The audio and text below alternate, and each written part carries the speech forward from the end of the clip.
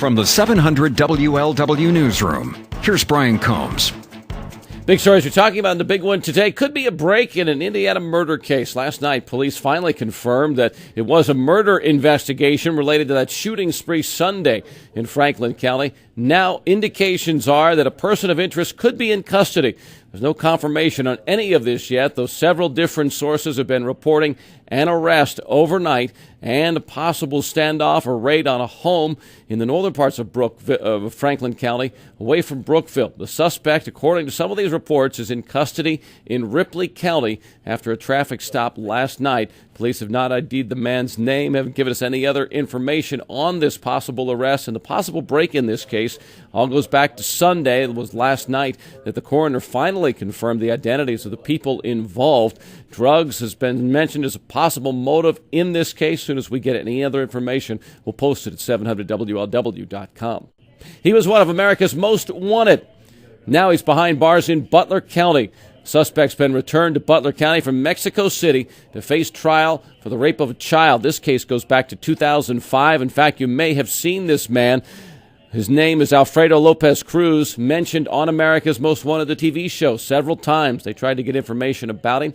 He was in jail in Mexico City and now has been moved to Butler County. No word on when that trial will happen or when his first court appearance will be.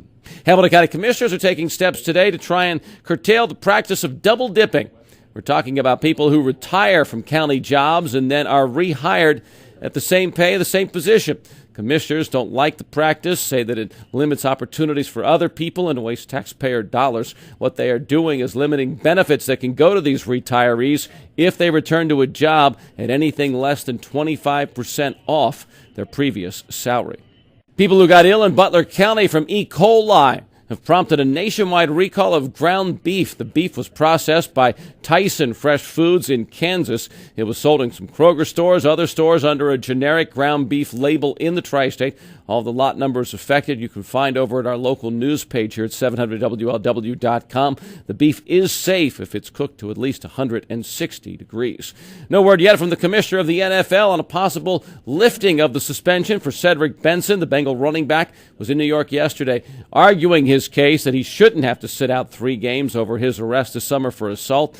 In his 3 days he served in a Texas jail. 700 WLW Reds update, last day of the year. Edison Volquez, the same guy who pitched the opening day game, is on the mound as the Reds take on New York this afternoon. Reds were winners late last night in a game that went extra innings on a suicide squeeze bunt. Reds, if they win today, can finish the season at 80-82. Far cry from the National League Central Championship they achieved a year ago.